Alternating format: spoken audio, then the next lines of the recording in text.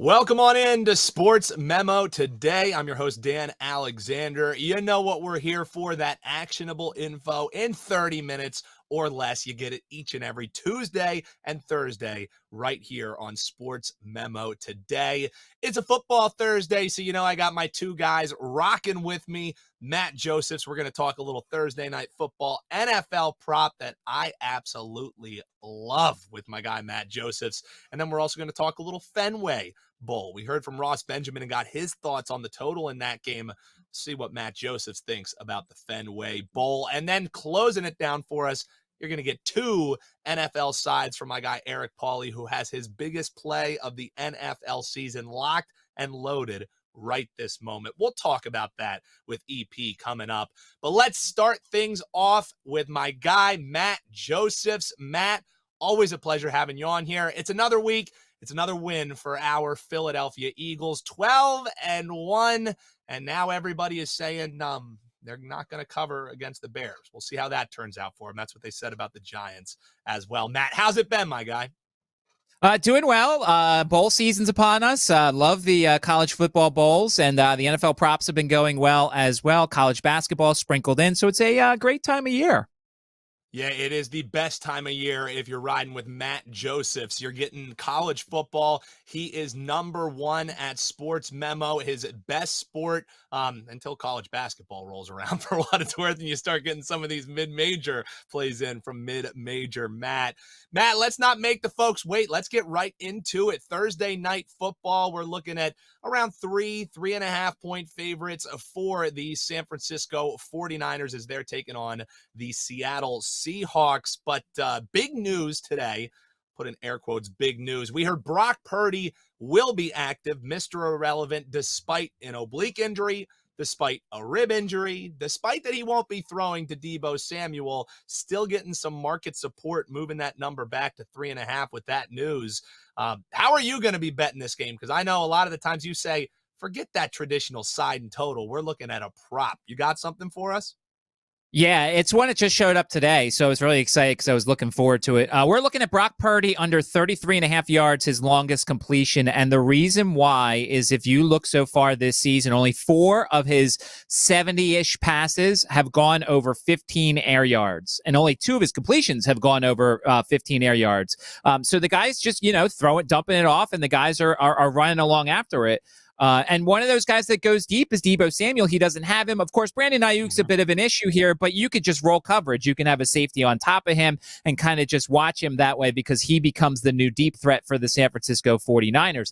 On the Seattle side, it's such a weird statistic. They give up, they're towards top 5, top 10 in most yak allowed, so that not only are guys catching it, they're running for a while after. But if you dig a little bit deeper, they're not giving up a lot of long passes. Only one team in the last 5 games has had a 35-yard completion or longer against Seattle. So they're giving up the yak, but they're not giving up the long passes. So I'm going to take a shot here on a short week in a game that I figure is going to be a lot of McCaffrey, a lot of Mason. Give me under 33.5 yards for the longest completion for Brock Purdy.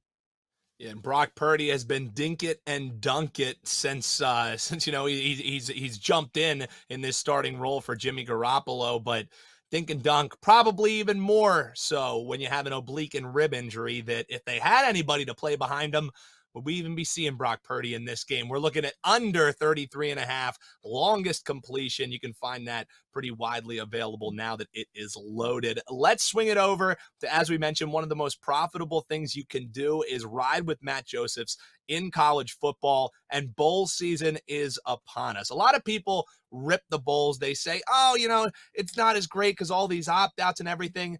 If you're a sports bettor, opt-outs and this kind of information that you can get is the best thing in the world. Now, we do have, an interesting storyline with the change of coaches in this Fenway Bowl, Louisville, Cincy. Ross Benjamin came on Tuesday. He said he likes the under in this game, and you have a little bit more of an isolated total with these teams who will be sharing a sideline despite the fact that a coach bailed on him. How are you going to be betting the Fenway Bowl? Yeah, there's a ton of aspects to it. When you look at Cincinnati, 5 of their top 6 pass catchers are out or transferring. One of their corners is gone. The kicker is gone. The starting quarterback is hurt, so Evan Prater will be their starting quarterback. He's all right, but he's got a mobility factor to his game. They've got an interim coach. Their offensive and defensive coordinators are gone. Then you look at the Louisville side. Their starting quarterback has opted out. So is one of their best wide receivers. So is one of their best corners. 6 or 7 other guys are either not playing in this game.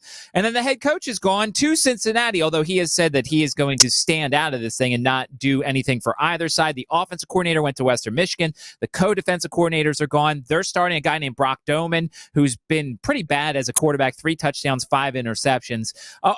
Yeah, there's rain and snow in the forecast in this one, at least for the start of the game. That's why we're going to isolate early. And this is one of my 2 client plays so far. It's a small one. It's only a unit play because I don't like to throw a lot of units at first quarter plays unless they involve the service academies.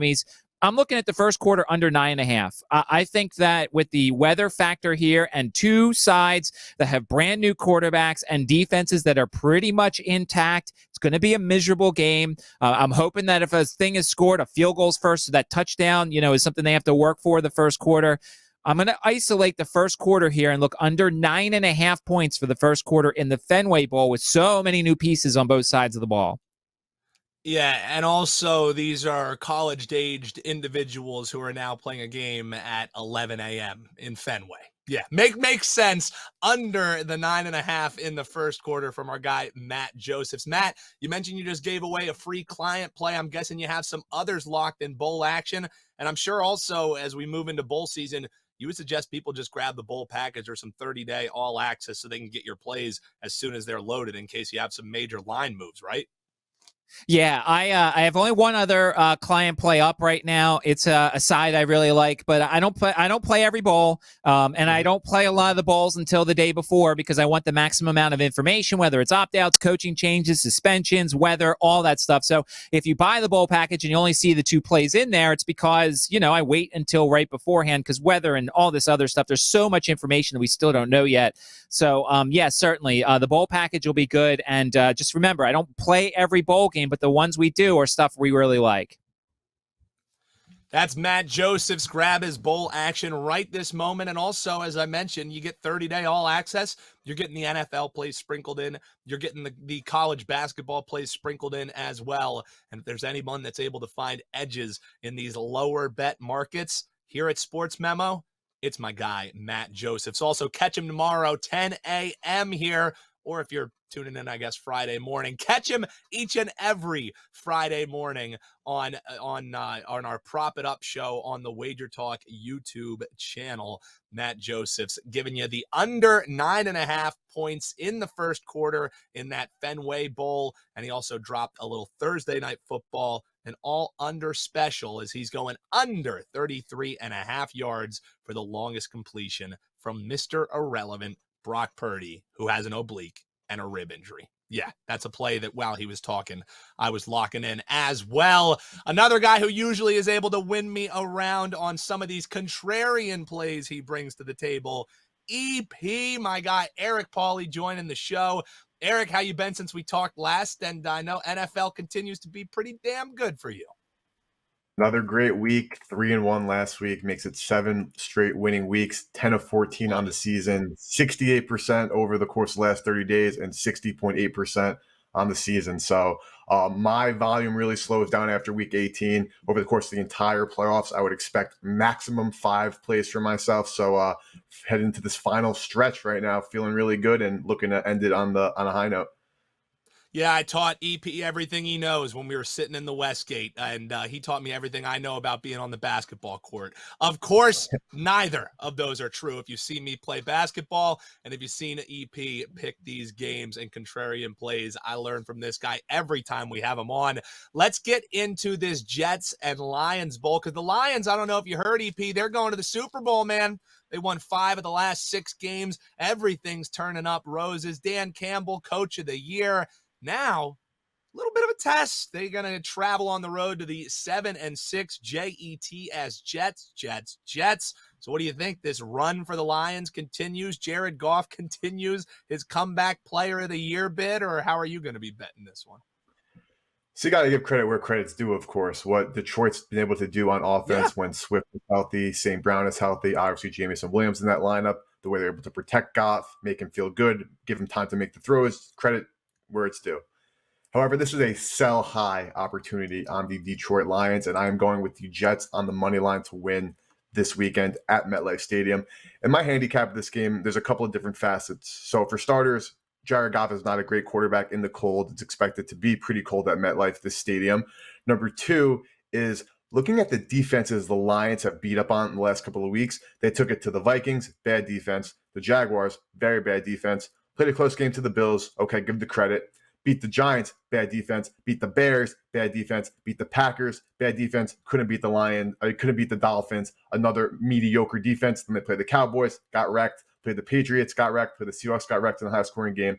But the moral of the story is this is the best defense that the Lions have played over the last 6 or so weeks.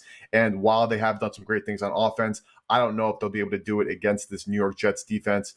Now, Mike White is seriously concerning. His injury status is concerning. I know he should be playing, but he looks to be about one big hit away from having to miss probably some time. And Zach Wilson is officially the QB2. So I would definitely not put my money anywhere near Zach Wilson. However, I think this Jets defense does enough to make Goff uncomfortable. And I think that given, again, the conditions and how good Detroit has been, this Jets defense is going to be kind of a wake-up call. They play physical. They play well against the run, against the pass. And even though Quinnen Williams is questionable, even if he does not go, I'm still taking the Jets in this game. It's not a client play just yet. It will be because I am waiting for that Williams news, because if he's in and the line goes to Jets minus 115, I'll still play it. If he's out and the line sits at, plus even odds, or, minus 105 where it's at kind of now, I will still take that regardless. So I'm looking at the Jets and kind of just a sell high on the Lions. They've done some great things, but the Jets defense is the best they've seen recently.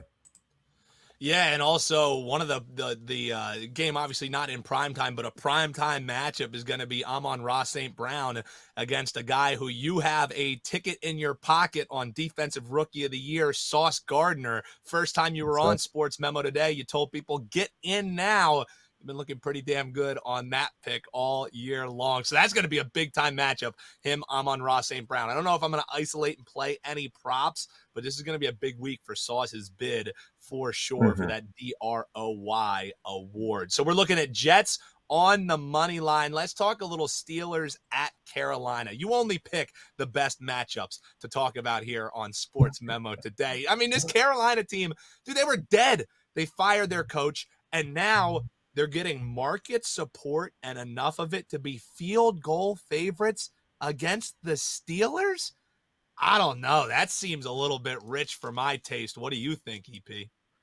I think it's certainly rich, especially for my taste. And going back and forth, having some conversation with some other professional bettors and hearing their insights. There was a release on the Panthers minus the 2.5 that brought that number to 3. But 3 points to me is kind of egregious in this matchup. Now, again, similar, I guess, to the Lions, you can't discount what Carolina has done recently. But on the other end of the spectrum, yes, Pittsburgh lost that game to the Ravens last week. Trubisky threw those 3 interceptions in relief of Pickett, who will probably not be playing again. We should be seeing Trubisky.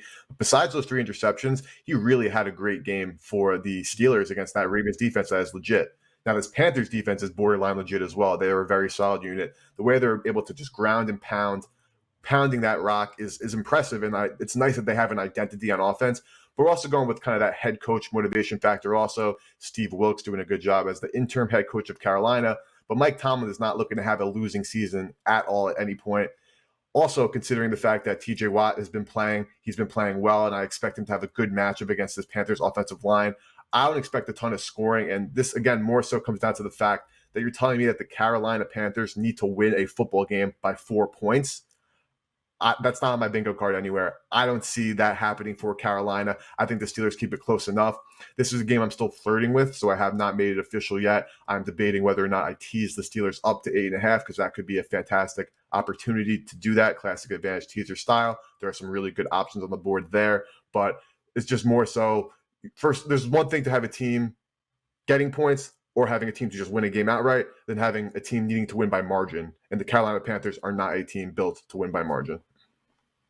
Yeah, and also whenever I see a plus next to the Steelers name, I always just go to the little program. I make sure, wait, Mike Tomlin is still the head coach, right? Since 2007, under Mike Tomlin, Pittsburgh Steelers best in the league against the spread during that span, 49, 30, and 5. That's a 62% cover rate. Steelers blindly betting them as an underdog under Mike Tomlin. You get 2 co-stamps on the bets given out today from my man Eric Pauly. Hopefully that's not the kiss of death for you, my guy. What do you have up this weekend? I know biggest play of the NFL season, probably top of the card, something you're pretty excited about. What are people going to get when they head on over to your page, sm.buzz/EP? Of course. So I always am going to package all my plays for Sunday slate like I've done all season long. But this week is certainly special because it does include my first 4% play of the season, which is now my biggest play of the entire NFL season to date. That is a teaser. There's another side play that I didn't talk about here that's already baked into that package. You'll be getting the Jets in that package as well, and anything else that comes up from a prop perspective, a teaser perspective, or another spread that, either doesn't adjust to some news or over adjusts to other news that I'll keep my eye on. Last week, again, 4 plays only. I'm not a high volume guy in the first place, but 4 is definitely on the lower end for me, and that's just because I hated the board. This week, I'm kind of salivating looking at the board. So again, hope that's not a kiss of death.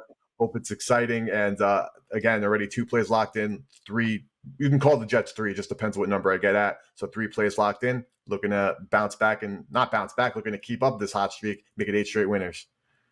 Love to see it. 8 straight winners that we're looking for from our guy, Eric Pauly. And he just gave you 2 free plays right there in one of his most profitable sports since joining Sports Memo here. Jets on the money line, Steelers plus the spot. Want to remind you too, Matt Josephs gave you that under 9.5 in the first quarter of the Fenway Bowl. And tonight we're looking at under the 33.5 yards on the longest completion for Brock Purdy. That's going to do it for us. If you enjoyed the show, all we ask you to do, hop in below in those comments. Let us know if you agree, if you disagree, what you're betting on, and make sure that you hit that bell. Subscribe to all the great shows here at Sports Memo TV and Wager Talk TV. Make sure you hit that like button as well. That's going to do it for us. Big thanks to Matt Josephs. Big thanks to Eric Pauly. I'm your host, Dan Alexander, and we will be back on Tuesday giving you actionable info in 30 minutes or less right here on Sports Memo Today.